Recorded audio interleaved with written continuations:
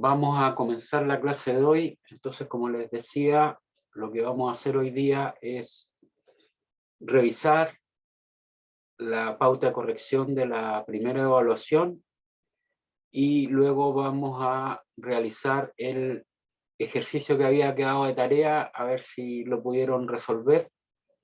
Y para los que no pudieron resolver, lo voy a desarrollar con más... con calma, digamos, paso a paso, para que puedan entender cómo se elabora o cómo se construye el punto de equilibrio multiproducto. Voy a compartir pantalla, un segundo.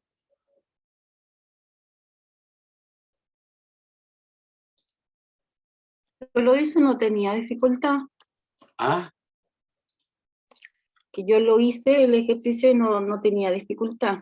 bueno, esperemos que todo para todos haya sido así. Si no, Bueno. vamos a ver.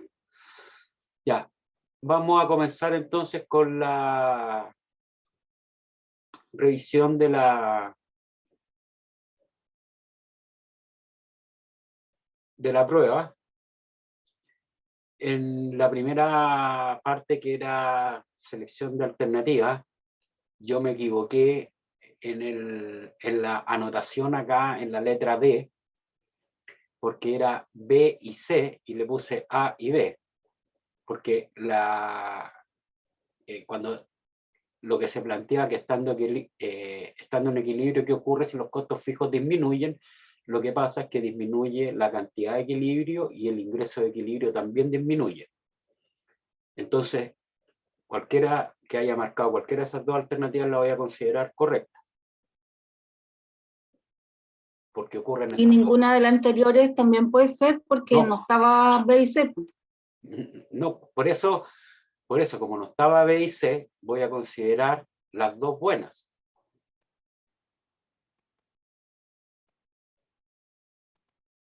Cualquiera de las dos que esté, que hayan marcado, se va a considerar correcta.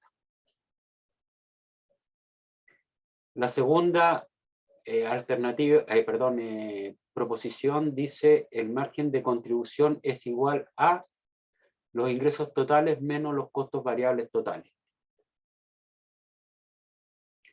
La tercera proposición dice así: a mayor tasa de impuesto a la renta, menor es la utilidad neta.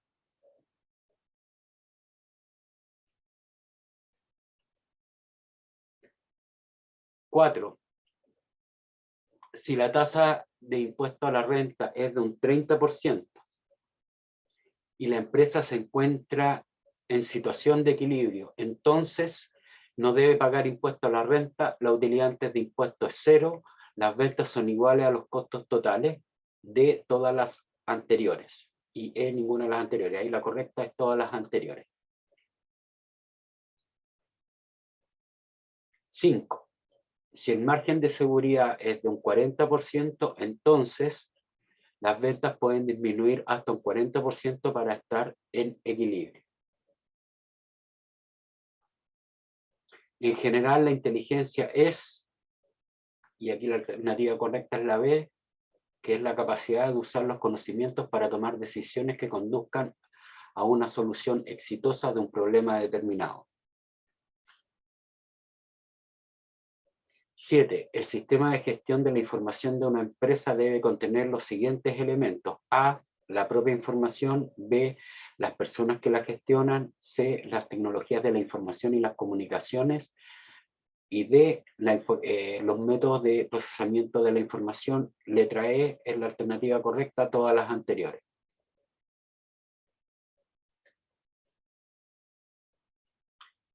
8. Si en una empresa el precio de venta es de 145, disculpen chicos, que puede ser el médico, un segundo.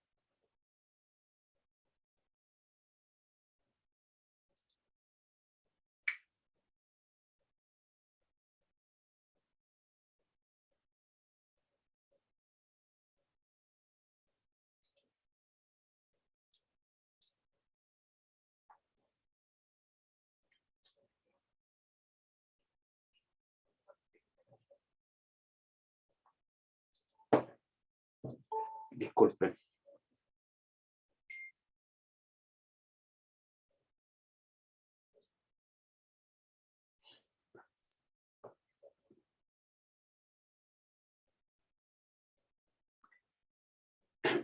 Habíamos quedado en la número 8. Si en una empresa el precio de venta es de 145 y los costos fijos son de 1000, entonces el punto de equilibrio será, ahí faltó, y ahí la alternativa correcta es la letra A porque faltan datos y no se puede determinar, falta información. En la 9, para determinar los ingresos por venta de una empresa se debe, letra B es la alternativa correcta, multiplicar el precio neto por el número de unidades vendidas. Y la letra, la número 10 dice, para tomar buenas decisiones en una empresa se debe, letra E es la alternativa correcta, tener inteligencia. ¿Alguna duda con las preguntas? No, profe. Ok. Vamos a la segunda parte, que es de los ejercicios. Determinar la cantidad de equilibrio. La cantidad de equilibrio para la empresa Fiordos del Sur es de 5.400, ya que los costos fijos son de 4.860, dividido por el margen de contribución que son 900, da la cantidad de equilibrio de 5.400 unidades.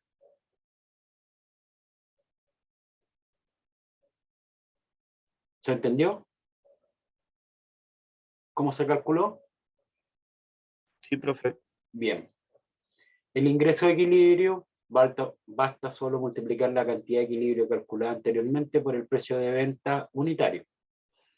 Entonces sería 5.400 multiplicado por 1.500 y eso significa que el ingreso de equilibrio son de 8.100.000. La 13. Si la empresa se encuentra vendiendo 6.000 tarros de conservas al mes, ¿cuál es la utilidad neta si la tasa de impuesto a la renta es un 27%? Entonces ahí lo que hay que hacer es simplemente el estado de resultados. Voy a sacar esto.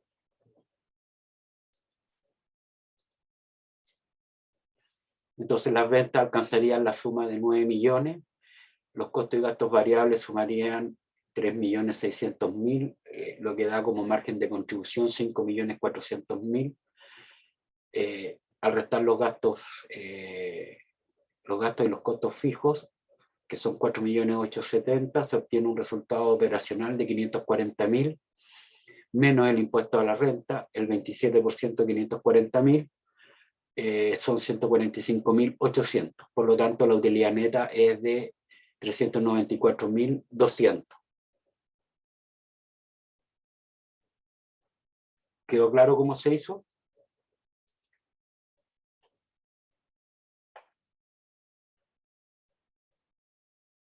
Sí, profesor. Ok.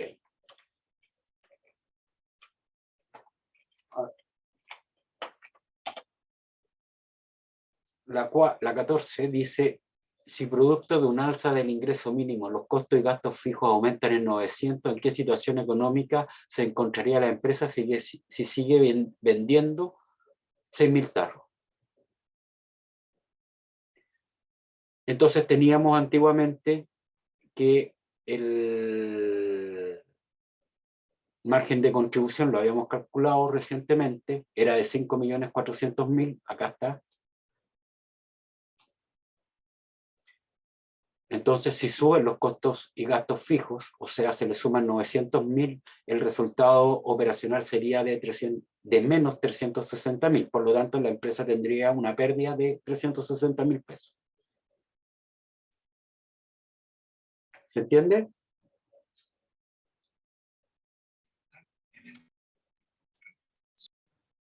Sí, profe. Sí, perfecto. En relación con la pregunta 14, ¿cuántas unidades adicionales de tarro de conserva se deben vender para estar al menos en situación de equilibrio? Entonces lo que hay que hacer es calcular, el curso 1 ya lo teníamos, ya lo habíamos determinado, entonces hay que determinar el curso 2, con la nueva cantidad de equilibrio, con el nuevo costo fijo. Y eso significa que el Q2 sería de 6.400. Por lo tanto, el Q2 menos el Q1 son los tarros adicionales, que en este caso son 400.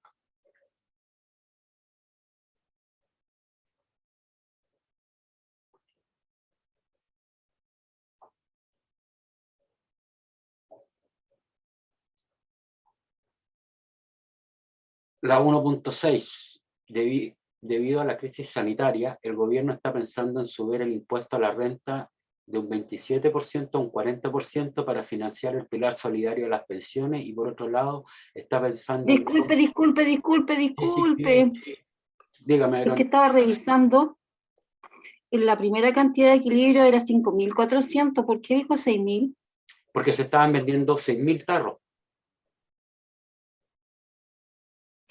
6.000 tarros lo que estábamos vendiendo. Sí, está bien, pero... Tarros lo que estamos vendiendo, esa es la cantidad de equilibrio. Y ahora, para llegar a la nueva cantidad de equilibrio, ¿cuántos tarros nos faltan? Si estábamos vendiendo 6.000. No me entiende. Usted sacó, la primera cantidad de equilibrio era 5.400. Ya, pero en esa cantidad de equilibrio, la utilidad era distinta. Sí. Con costos distintos. Entonces, cuando nos suben los costos, estamos con una pérdida de 360.000 en contra. ¿Sí o no? Ya, sí. Entonces, ¿y cuántos tarros estábamos vendiendo?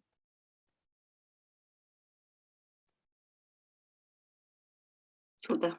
6.000. Si aquí dice, si sigue vendiendo Sí, 6.000, tarros, ya. 6.000 tarros, y 6.400 menos 5.400, perdón, 6.400 menos 6.000 son 400. Esos son los tarros adicionales que se necesitan para estar en equilibrio, no para tener utilidad. Ya. Gracias. Ya. Entonces, debido a la crisis sanitaria, la siguiente interrogante que se nos planteaba era que, decía así, debido a la crisis sanitaria, el gobierno está pensando en subir el impuesto a la renta de un 27 a un 40% para financiar el pilar solidario de las pensiones, y por otro lado, está pensando en enviar un proyecto de ley al Congreso de la República para que los empleadores aporten un 5 adicional al fondo de capitalización individual de sus trabajadores, lo que para Fiordos del Sur representa un incremento de 195.000 pesos de los costos y gastos fijos. ¿Cuál sería el impacto económico de esta medida si continúa vendiendo 6.000 tarros de conserva mensual? Y ahí está calculado el impacto en términos de económico, ¿no es cierto?, a nivel de resultado neto. Por lo tanto, es una disminución en la capacidad de generación de riqueza de, ahí me sobró un 0, 187.200. En otras palabras, una pérdida de beneficio equivalente al 47,49% respecto de la situación inicial.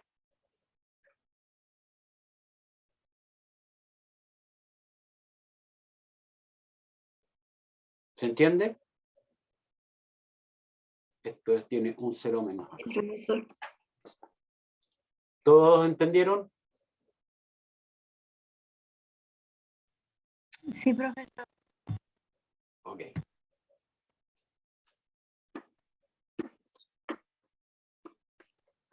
Después dice, producto del estallido social, las ventas han disminuido 5.000 unidades de tarros de conserva. Todo lo demás permanece constante. En reunión de gerencia, el gerente de operaciones propone disminuir la cantidad de pescado por tarro en 160 gramos. Actualmente, el costo del pescado es de 330 pesos por los 600 gramos que contiene el tarro. ¿En qué situación económica queda la empresa y cuál sería su margen de seguridad? Entonces lo que hay que hacer es calcular el nuevo costo unitario total, que ascendería a 512 pesos. Entonces hacemos la comparación de la situación inicial respecto de la final, con la incorporación de la medida que propone el gerente de operaciones. Se calcula el punto de equilibrio y pasamos de una pérdida de 360.000, ¿no es cierto?, a una utilidad de 58.400. Y el punto de equilibrio, el nuevo punto de equilibrio quedaría en la cantidad en 4.919 y el ingreso de equilibrio en 7.378.500. Por lo tanto, al calcular el margen de seguridad, ¿no es cierto?, en ingresos, tendríamos que el margen de seguridad sería de 121.500, el margen de seguridad en términos de unidades de 81, y el porcentaje de margen de seguridad sería de un 1,62%. Esto significa que las ventas pueden caer solo un 1,62% para llegar a la situación de equilibrio.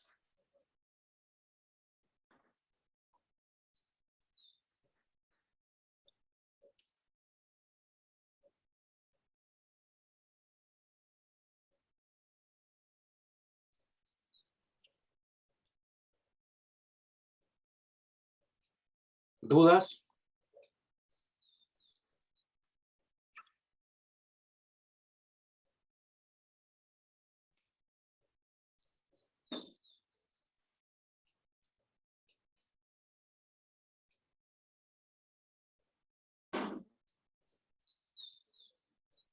Chicos, Profesor, sí. yo Doris, tengo una duda en cuanto al precio. ¿quién está hablando? Que no me marca Ana. acá. Ana. Disculpe que el Zoom no me muestra quién está hablando. Dígame, Ana, ¿qué duda tiene respecto al precio? Cuando se cambió el precio por la disminución de los gramos, El precio no se ha cambiado, lo que se cambió es el costo, ¿ya?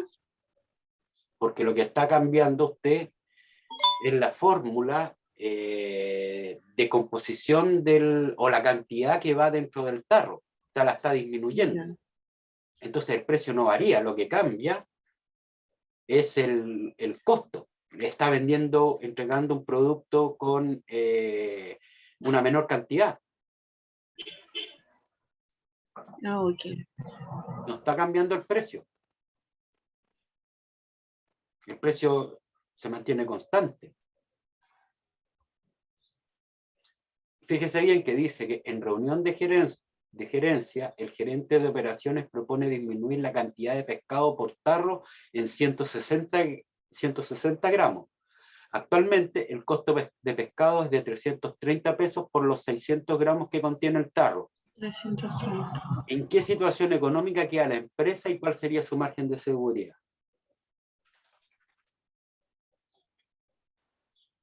Profesor, Nicole Sí. por acá, ¿Quién? Perdón.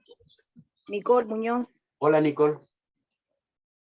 Yo también en ese ejercicio, al momento de bajar el gramaje, yo también bajé el precio del producto, porque cuando usted nos enseñó con los helados, lo entendí de esa manera. O sea, Y al bajar el gramaje, también bajó el precio, el costo. no necesariamente. No, porque lo que usted Yo está lo entendí bajando de es esa el manera. costo. Usted está bajando el costo, es como... a ver, fíjense bien. Todos ustedes conocen el Super 8, ¿no? ¿Conocen el producto Super 8? Sí, Sí. profesor. Ya. O sea, y bueno, yo que soy más viejo que ustedes, lo he comido desde niño chico, y ese producto ha variado en el tiempo su tamaño y su precio se ha mantenido. ¿Qué es lo que ha cambiado? El tamaño del producto.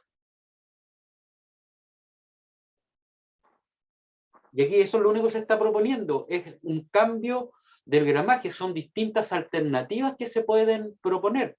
Una es bajar el precio para aumentar, otra alternativa aquí podría haber sido bajar el precio y esperar que con esa baja de precio aumentara la cantidad vendida. Pero ¿qué sentido tiene bajar el precio si no va a aumentar la cantidad vendida? Porque aquí dice que se van a seguir vendiendo 5.000 tarros. Entonces, si bajamos el precio, lo único que vamos a hacer, lo único que podría, depende de cuánto lo hayamos bajado, vamos a hacernos un harakiri. Si lo que se está tratando de hacer es salir del problema.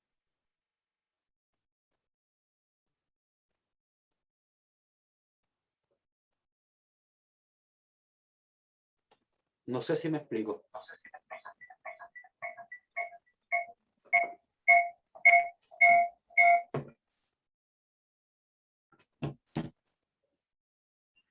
Bueno, al menos yo sí entendí eso.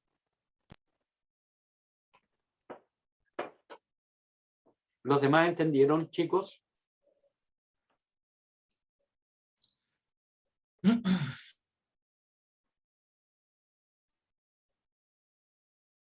Parece que no.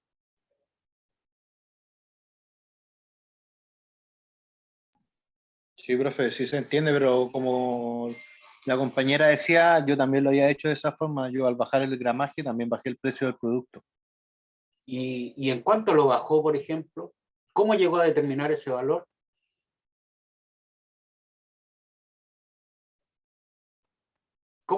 ¿Cómo bajó usted el precio de venta? ¿Qué argumento utilizó? Por ejemplo.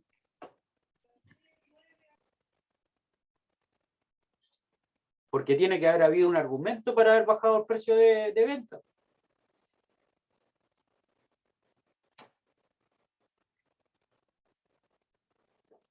Porque fíjese bien, si está en una situación de pérdida, ¿qué hace si baja el precio? Sí, profe, sí lo entiendo, lo ves, yo entendí mal.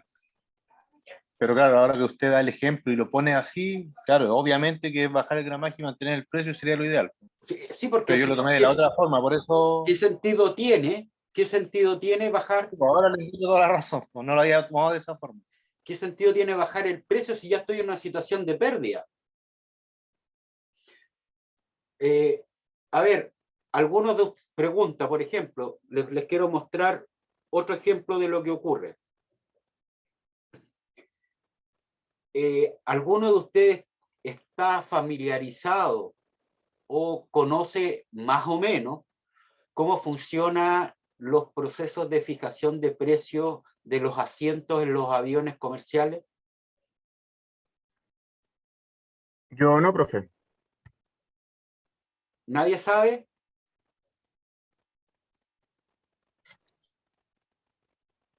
No, profesor, yo no sé. Pero ustedes de repente se han podido percatar, algunos de ustedes, que de repente los precios o los tickets de los vuelos bajan abruptamente de precio. Sí, sí bajan, pero después nos lo cobran en la maleta aparte, en el asiento, que si me elijo un asiento adelante me cobran más, que si me elijo el último asiento me cobran menos. Lo que Entonces, pasa es que todos los asientos tienen distintos valores, porque hay asientos que son más claro, cómodos que otros. Entonces no es lo mismo ir al lado de la turbina que ir al lado del baño, o ir en primera clase. No es lo mismo.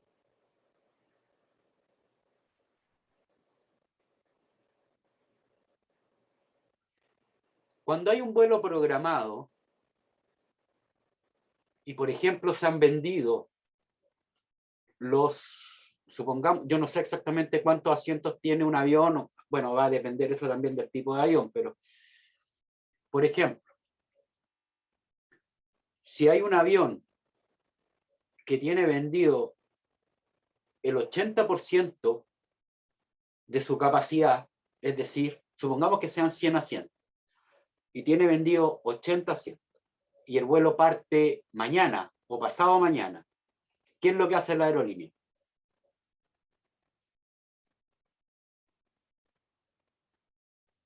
Lo que hace la aerolínea es baja el precio para tratar de copar la capacidad que tiene el avión y vender esos 20 asientos que faltan para ese vuelo en particular. Y eso lo hace mediante promociones o algún otro tipo de cosas, digamos. Pero en definitiva, trata de vender todo lo que puede, ¿no es cierto?, al precio estándar, y cuando ya le queda muy poco para copar la capacidad, y si es que no se ha vendido la capacidad del avión, prácticamente se remata el asiento. Y de esa manera, la aerolínea maximiza las utilidades, porque su costo de operación del vuelo en particular no va a variar. Lo único que va a variar, que creo que debe ser irrelevante o a lo mejor no es tan relevante, ahí no soy tan experto en el tema, pero lo único que puede variar ahí es el peso del avión, ¿no es cierto? Que hay que considerar podría, al ir con 80 pasajeros, va a gastar menos combustible porque lleva menos peso entre pasajeros y equipaje. Entonces lo que hace la aerolínea en general es bajar esos precios de esos asientos que restan para, ¿no es cierto?, contribuir de mejor forma a cubrir los costos fijos de la operación, porque son estándares. Vaya en líneas generales, vuele una persona o vuelen 200, el costo es el mismo. El costo variable en ese caso, en ese sentido, es marginal. Eso es lo que ocurre. Entonces lo que hacen ahí, en ese caso particular, es bajar los precios para completar la capacidad del avión.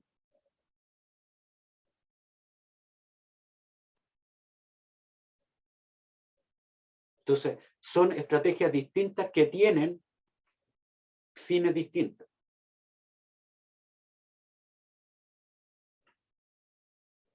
En este caso particular, lo que se busca es bajar los costos para mejorar el margen de contribución y poder enfrentar de mejor forma los costos fijos.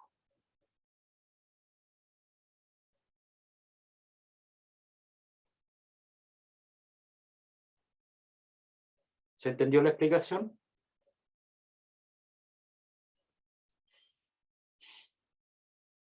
Chicos.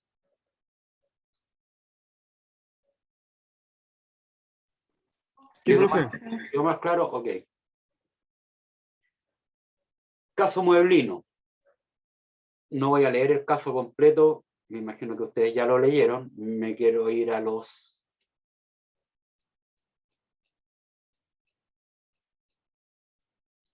resultados, o digamos a las respuestas a lo que se está preguntando.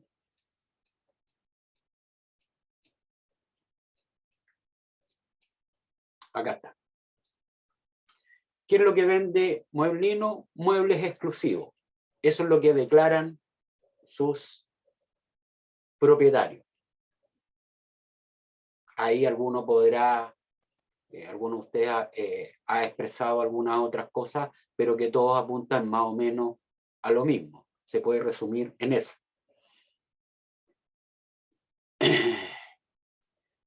¿Cuál es la propuesta de valor? La propuesta de valor se centra en dos elementos principales: la personalización y la mejora del rendimiento. La personalización está referida a la adaptación del producto a las necesidades específicas de cada cliente, en tanto que la mejora del rendimiento está referida a la optimización de los espacios con el fin de disponer del máximo espacio de acopio y mejorar el acceso a los elementos guardados en esos espacios.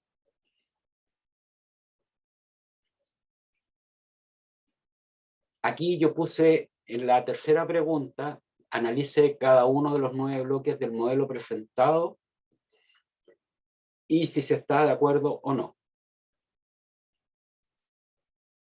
Cuando me presentaron a mí el proyecto originalmente los alumnos, yo no estuve de acuerdo con el modelo de negocio, porque en mi opinión presentaba varias falencias técnicas que impiden, ¿no es cierto?, la comprensión del negocio a cabalidad. Por lo tanto, no queda claro cómo la empresa crea, proporciona y captura valor. Y por lo tanto, es posible establecer que la empresa no está bien administrada y producto de ello, su crecimiento y viabilidad está en riesgo.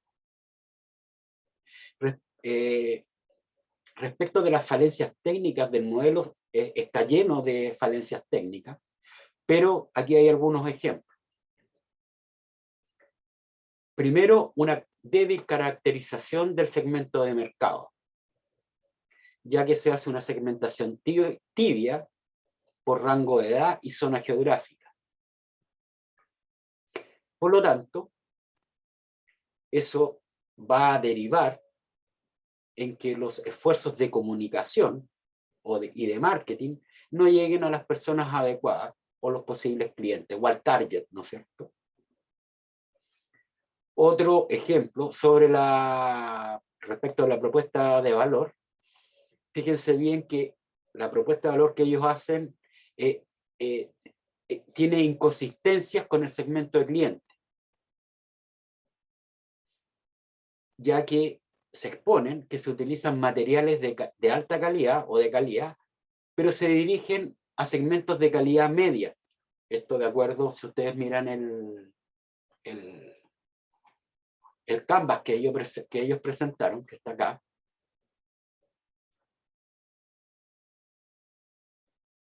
fíjense bien, ellos definen un cliente tipo A más un cliente tipo A y un cliente tipo B. Calidad, determinaciones medias. ¿Se dan cuenta? Y por otro lado, hablan de diseño, personalización y diseño en conjunto, cumplimiento, materiales de calidad, instalación de calidad. Esto no es congruente con lo que está expuesto, con lo que se expone para los clientes tipo B. Y ustedes acá, fíjense bien que ellos hacen una descripción del cliente tipo B. Casas con características de determinación de calidad media ubicadas dentro de edificios de máximo 40 años de antigüedad y casas más antiguas. La verdad que eso, el tipo de vivienda constructiva o la antigüedad de la vivienda no implica necesariamente que una persona quiera realizar una remodelación, por ejemplo, de la cocina o de sus closets. Fíjense bien ustedes que, por ejemplo, porque ellos hablan de construcciones de 40 años de antigüedad o más. Si ustedes miran con cuidado, lo que voy a decir es hasta antes del estallido social, pero hasta antes del estallido social, toda la zona que está comprendida, todos los edificios que estaban ahí a un costado del parque forestal, que incluye parte del barrio Las Tarrias, eran edificios, o son edificios, que sus costos eran bastante elevados, principalmente por la ubicación, y además era un sector que tenía una gran cantidad de demanda, porque además esos departamentos constructivamente están muy bien hechos,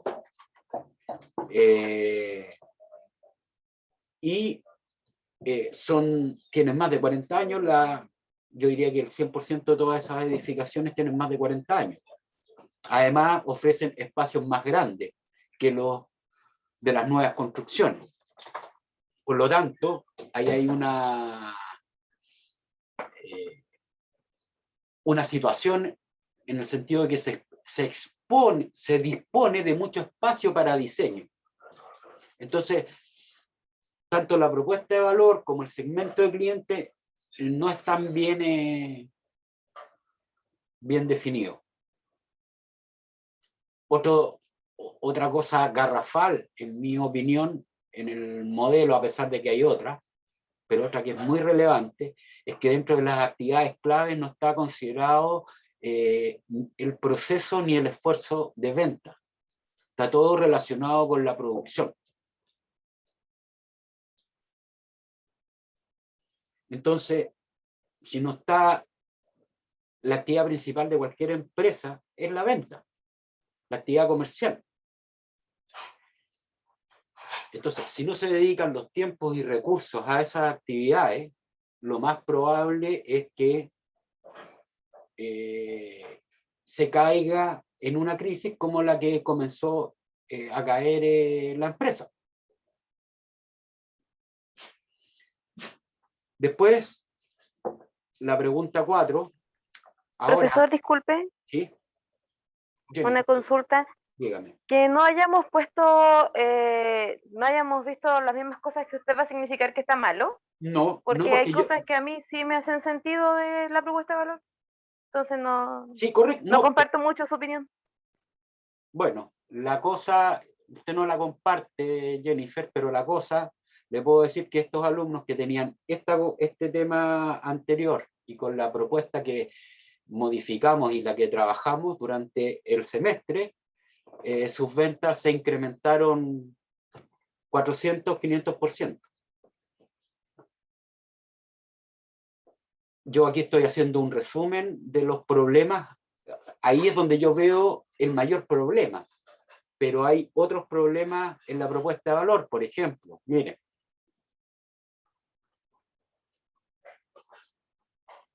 Aquí le puedo mencionar.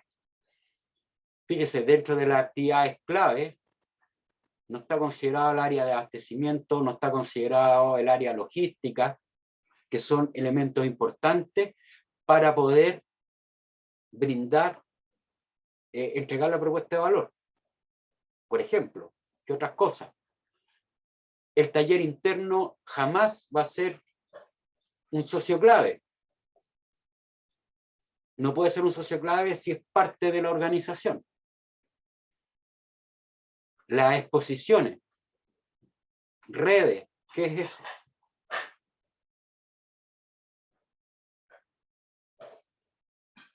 Fíjese en los recursos clave, no tiene considerado el recurso humano. No, sí, mi punto era solamente de la propuesta de valor versus los clientes. No estoy hablando del Canvas en general, porque también yo encontré cosas que usted está mencionando. Ok, o sea, Pero era solamente hacer la salvedad. yo lo que le estoy diciendo, yo ahí les nombré 3 cosas que a mí me parecieron que es lo más relevante del problema. Porque yo, como les digo, esto es una situación real. Cuando yo les pasé el caso, decía que esto lo escribí yo, está con autorización de los alumnos, porque este caso es real, no es algo que yo esté inventando. Yo a raíz de esto que me presentaron, me di cuenta que el negocio, en mi opinión, y la prueba está en que la propuesta que yo hago les cambia completamente la figura. Como le digo, las ventas, si no me falla la memoria, les crecieron cerca de un 500% y cambiaron y empezaron a haber utilidades rápidamente. Entonces, y eso les permitió a los socios abandonar sus trabajos en los que estaban y poder dedicarse de lleno al negocio.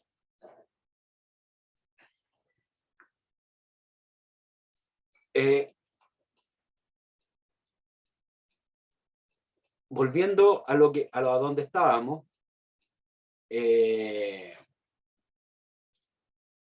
les decía que hay hartos problemas en el modelo Canvas. Sin embargo, yo aquí he mencionado 3 de las que me parecen más importantes. ¿Ah? Cualquier otro elemento que ustedes mencionen también va a ser considerado. O sea, no, yo me centré en esas 3. ¿Por qué cosa? Primero, porque la empresa no tenía foco en el área comercial, porque en mi opinión, como les decía yo, creo que se estaba cometiendo un error en la identificación del target, por lo tanto, estaban dando palos de ciego, porque no estaba claramente definido cuál era el segmento de clientes. Y después había una inconsistencia respecto de la propuesta de valor en relación con los segmentos de clientes que estaban atendiendo. Porque ellos hablaban principalmente de la comuna de Providencia, y lo dicen así, hacia arriba, y resulta que la mayor cantidad de clientes que han obtenido no pertenecen a esas comunas de Providencia hacia arriba como ellos nombraron. Entonces eso significa que la segmentación de clientes estaba mal hecha.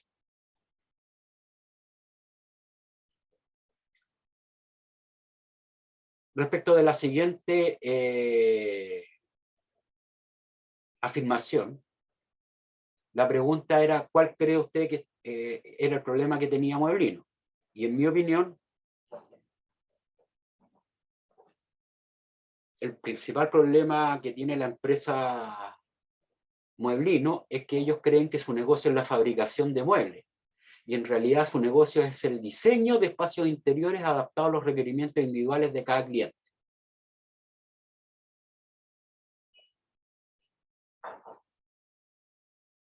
Y por lo tanto, su foco estaba en el proceso de producción y en la administración de la producción. Fíjense bien, miren, si volvemos a lo que ellos plantean acá, en el Canvas, ¿cuáles son las actividades clave? Reuniones de coordinación, reuniones de diseño, reuniones de producción, proceso de proyecto. Esas son las actividades clave. ¿Por qué? Porque están enfocados solo en la producción.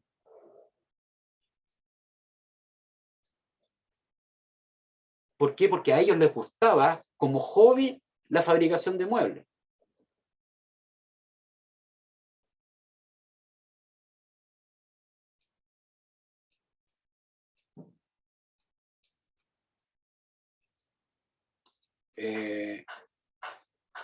Entonces,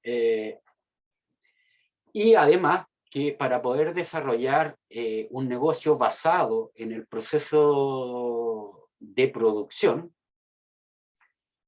no contaban con los recursos necesarios para hacerlo. Mano de obra directa, pues les faltaba personal, mano de obra directa e indirecta, espacio de taller, herramienta y capital de trabajo. Ni tampoco tienen sistemas para controlar el proceso productivo.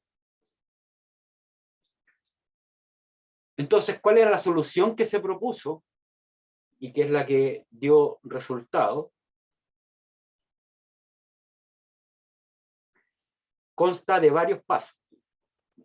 El primero de ellos, liquidar todos los activos relacionados con la producción en el mercado secundario. O sea, cambiar el foco de la empresa hacia el diseño y el marketing.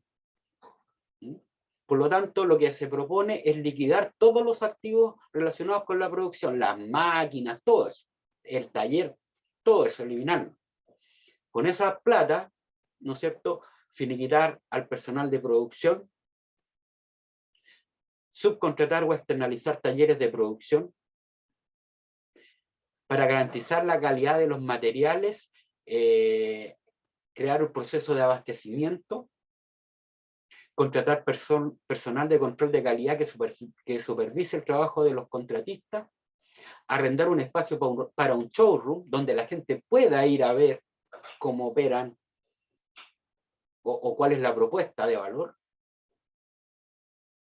Desarrollar un e-commerce con showroom digital y generar espacios y generar ingresos por venta, por la venta de espacios publicitarios dentro del e-commerce, y contratar un community manager. Básicamente, en eso se resume lo que se abordó, y el modelo de negocios que tuvo éxito fue este. El segmento de mercado: personas mayores de edad con poder adquisitivo que gusten del diseño y deseen renovar los espacios interiores de sus viviendas o requieran maximizar los espacios interiores con que cuentan, que poseen en sus hogares. La relación con los clientes es de asistencia personal exclusiva, y esto debido, ¿no es cierto?, a la naturaleza del cliente y del producto. Son productos únicos. Cada proyecto o cada venta es única. No hay es muy poco probable que se repita una venta de un producto que sea exactamente uno igual a otro. Son todos productos distintos. Los canales de comunicación y distribución son propios, y los canales de comunicación son vía online y de manera presencial, y la distribución es personal o minorista. Respecto de la propuesta de valor, básicamente dos elementos que son los principales: la personalización y la mejora de rendimiento. Y en la personalización, muebles únicos adaptados a las necesidades específicas de cada cliente, y ahí lo que hay que hacer, que fue uno de los temas que se descubrió a raíz del proceso de venta que ellos estaban realizando, es de hacer partícipe al cliente en el diseño a través de una metodología de diseño en 3 dimensiones.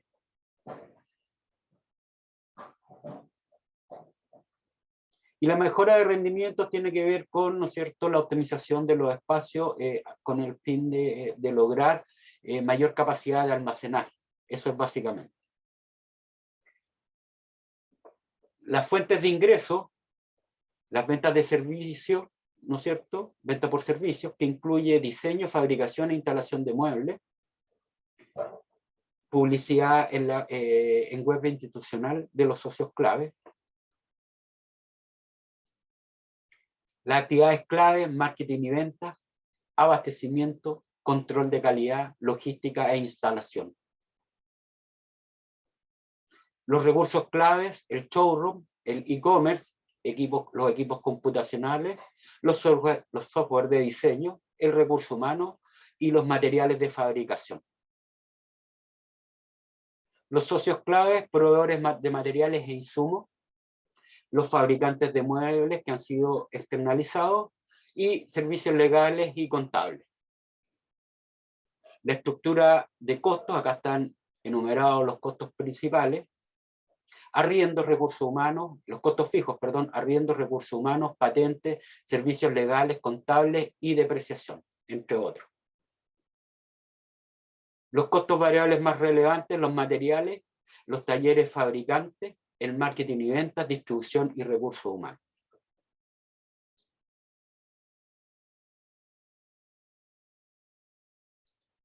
Esto fue lo que se hizo y que sacó del apuro a Mueblino. Ahora, lo que hay que mencionar al respecto es que esta no es la única solución. Hay más soluciones.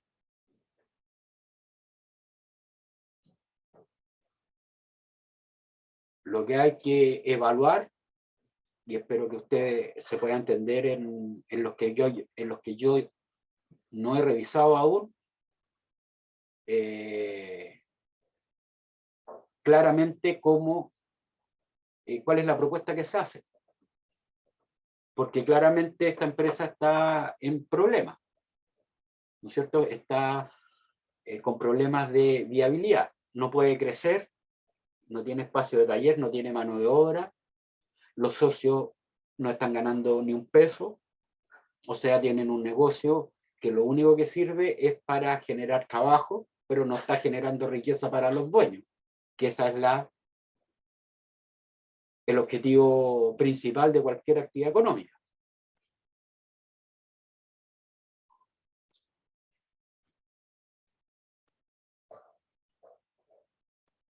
¿Se entiende?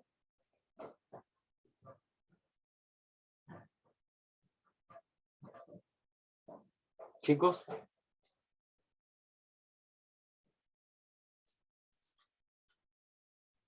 Sí, profe, sí se entiende. Ok. Sí, profe. ¿Alguna duda? ¿Algún comentario?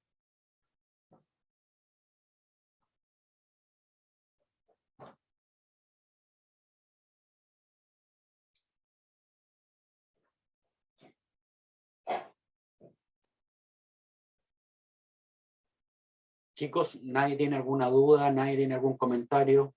Jennifer, usted que estaba ahí. Profe, lo que pasa es que yo tuve que salir y estoy en el auto manejando, entonces Ah, no, ya. la verdad no le puse mucha atención, Ya, pero sí me interesaba ver la corrección. Cuando vea mi prueba voy a hacer. No, pero si más que eso, a mí lo que me interesa es que puedan, que logren entender que el problema se puede atender de distintas maneras. Sí, es que en realidad eso era lo que me preocupaba, que si había más de una solución, porque de repente no todos vimos las mismas cosas, pero sí era más de un problema, entonces, o más de una mejora. Sí, porque básicamente, si ustedes se fijan, aquí hay un problema, el principal problema que tenía esta empresa era que no tenía los recursos suficientes para poder desarrollar la venta. Y además, se estaban presentando problemas en la administración con la administración de la producción, y esos problemas se estaban traduciendo en incrementos de los costos por el pago de horas extras debido, ¿no es cierto?, que para poder cumplir con los plazos de entrega establecidos con los clientes, el personal tenía que trabajar horas extras, y finalmente eso terminaba mermando las utilidades.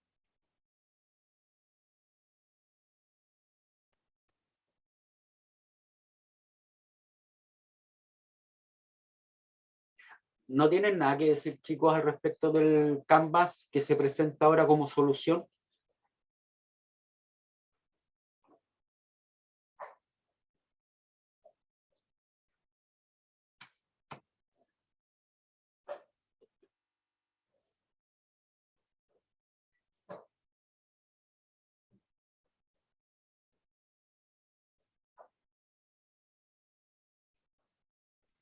Profesor, Sí, Catherine, sí, diga. bueno, con respecto al Canvas que usted está mostrando ahora, lo que nosotros nos reparamos es en los servicios legales y contables, que es un punto súper importante, pero nos enfocamos como más en otros puntos y no... ¿En qué punto se no enfocaron, por tomamos en ejemplo? cuenta eso.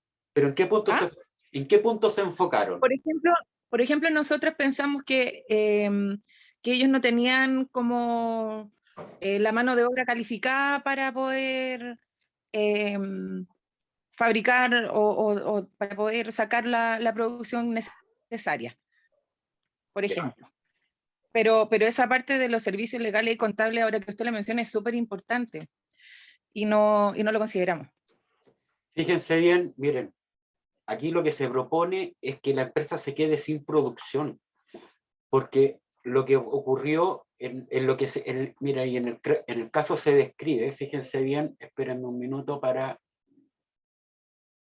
Acá está. Esto que aquí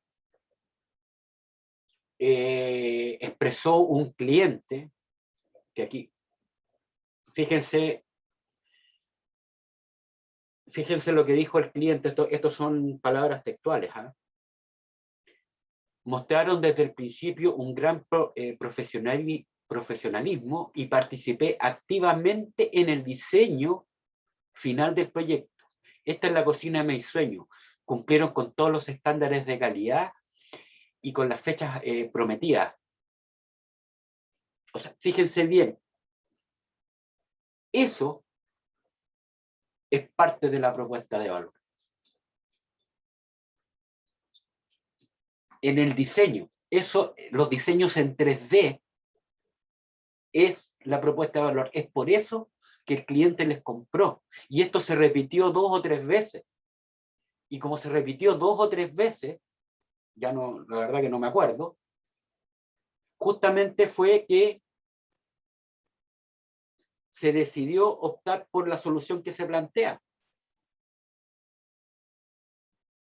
Porque su especialidad, si bien es cierto, a ellos les gustaba mucho construir o fabricar muebles, el negocio estaba en el diseño, no en la fabricación, en la venta, la forma que estaba vendiendo.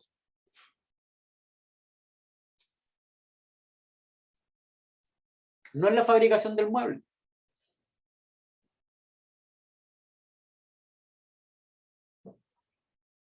Sino que ellos con los software de diseño que tenían o que tienen, podían cambiar las materialidades, por lo tanto los colores, y podían mostrárselo al cliente cómo se estaba viendo, cómo se iba a ver su cocina después de terminada. Lo que sus competidores no podían hacer. Entonces la persona tomaba una decisión participaba mucho más activamente en el proceso de toma de decisiones de cómo iba a ser la cocina.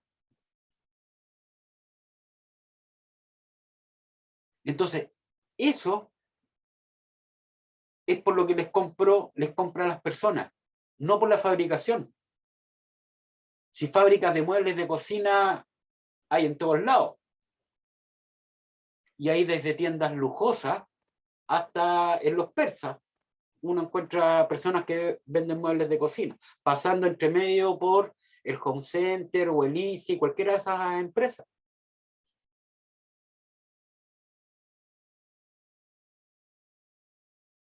Pero ninguna ofrecía el tema del diseño y participar de ese proceso.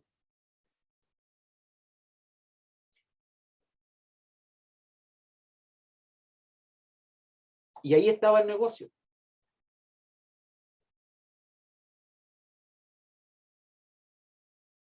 Tanto es así que, como les digo, los socios fundadores de Mueblino se pudieron retirar de los trabajos que tenían y dedicarse completamente a esto.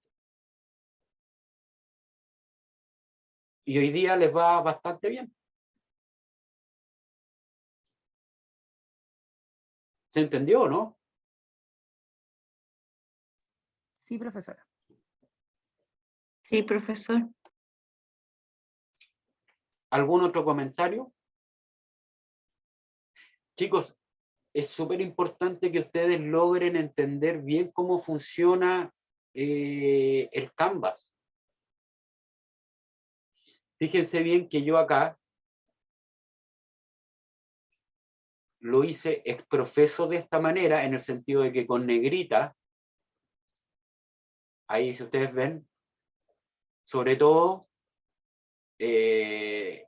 los bloques, digamos, que tienen que ver con la propuesta de valor y la relación, y el segmento de clientes, yo coloqué en negrita los elementos teóricos que apoyan el tema y cómo lo definen, de acuerdo a lo que establece el creador del modelo.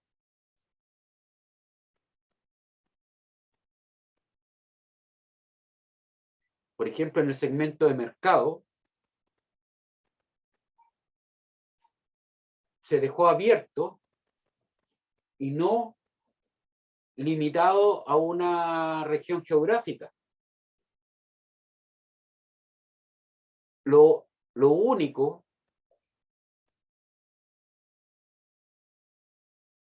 ahí relevante tiene que ver con el poder adquisitivo y personas que gusten del diseño o que quieran, ¿no es cierto?, por alguna razón renovar los muebles. Pero eso no significa, o sea, de la otra manera, no se estaban dirigiendo al mercado de manera adecuada, como ellos lo plantearon.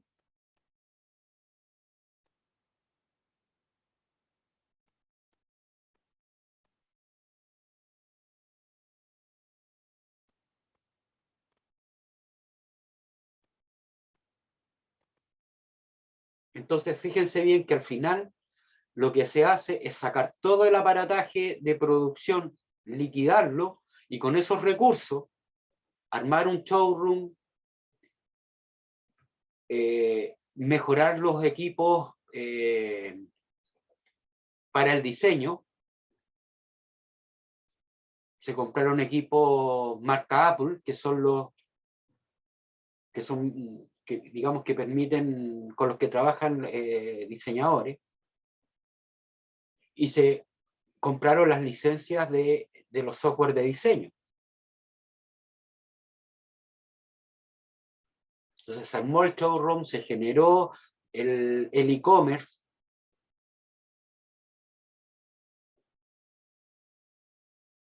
e incluso dentro de la proposición se plantea, digamos, la incorporación, yo acá no lo expuse, pero dentro de la solución final, la incorporación de un Key Account Manager que esté dedicado a la atención de las cuentas de los grandes clientes, que en este caso son las constructoras, que era un segmento de mercado que antes no estaban atacando.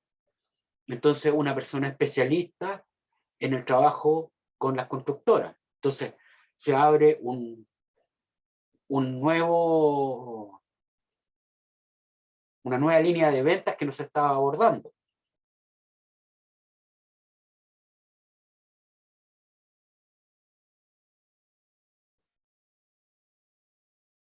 Entonces, al subcontratar talleres que fabriquen, la capacidad de producción es ilimitada. Entonces ya no tienen un problema, ¿no es cierto?, de capacidad productiva. Pero para controlar la producción se contrató una persona que se encargaba de estar haciendo el control de calidad en los fabricantes. Y además,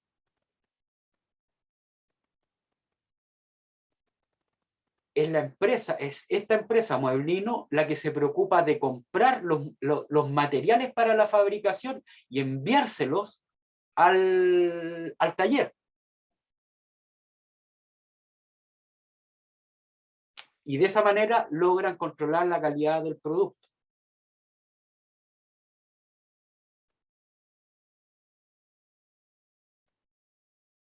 Entonces, ya no necesitan un espacio gigante para el taller, no tienen que lidiar con todo lo que significa la administración de la producción.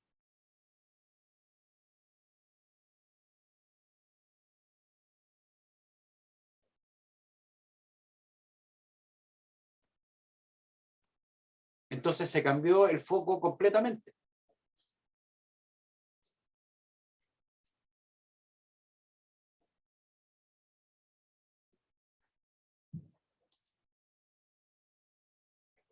Entonces, básicamente, pasó de ser una empresa productiva a una empresa de servicio.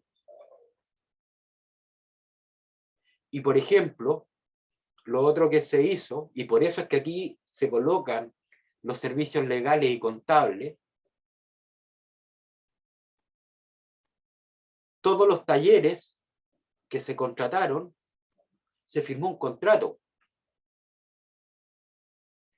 que fue elaborado por el abogado, donde se establecen, por ejemplo, multas en caso de que el taller se atrase en la entrega del de los productos.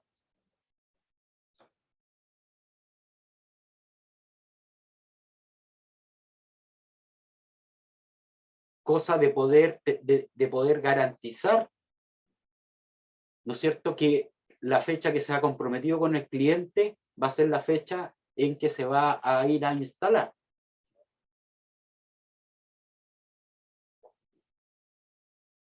Se garantiza de manera, porque igual pueden surgir problemas, pero la idea era que los clientes tuvieran una tolerancia de 3 a 4 días no máximo. O sea, se estableció un tiempo de retraso máximo en el contrato que se hace con el cliente. Por lo tanto, a los socios clave, estos fabricantes de muebles, se les pasaba una multa en términos económicos. Si se atrasaban un día, había un descuento, creo que de un 2% en el precio. Y así iba creciendo en la medida que más se fueran atrasando. Entonces, se controla a través del Departamento de Control de Calidad el proceso productivo para garantizar que los muebles se construyan bajo los estándares que ellos han establecido, y además se controla la calidad de los materiales e insumos.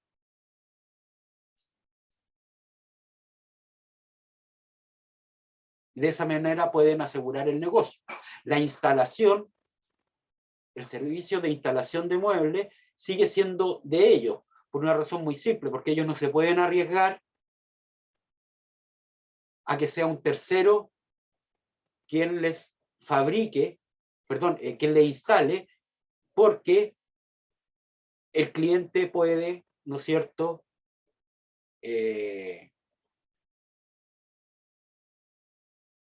o sea, se pueden perder clientes, básicamente. Y la idea es que los clientes permanezcan en el tiempo.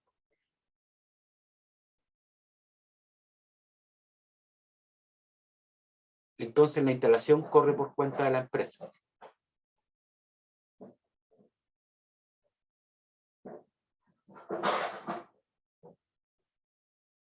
Pero lo que quiero que traten de visualizar, que lo que aquí está expuesto como modelo Canvas es un resumen de todo el análisis que se hizo para mejorar la situación de esta empresa.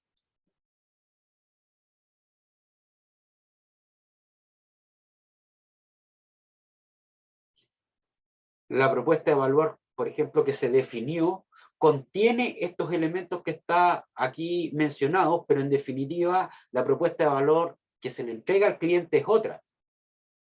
Porque lo que se está buscando acá, en este caso particular, es un fin pedagógico. La propuesta de valor que ellos, con la que concluimos, es distinta, es una propuesta de valor que es más vendedora, por decirlo de alguna manera. No, en este momento no recuerdo cuál era, pero que lo que sí incluye estos dos elementos que están acá, que son los elementos técnicos de base que se utilizaron para generar la propuesta de valor.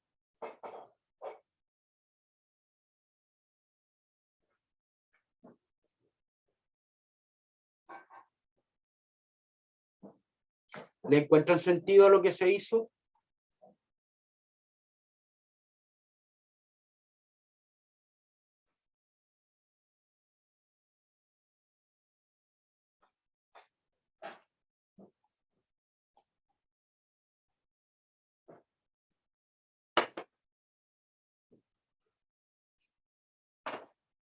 Chicos.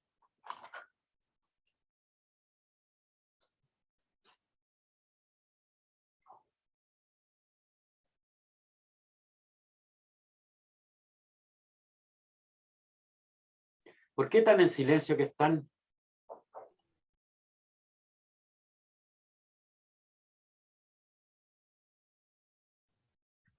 Yo en mi caso estoy chequeando la prueba, pero sí, profe. Voy analizándola.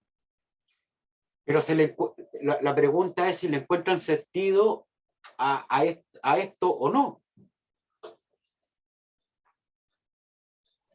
o por dónde abordaron ustedes el tema.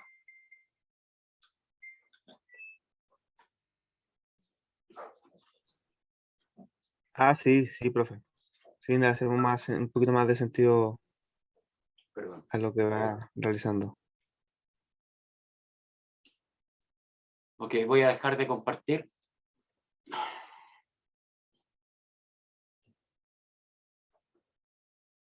Un segundo.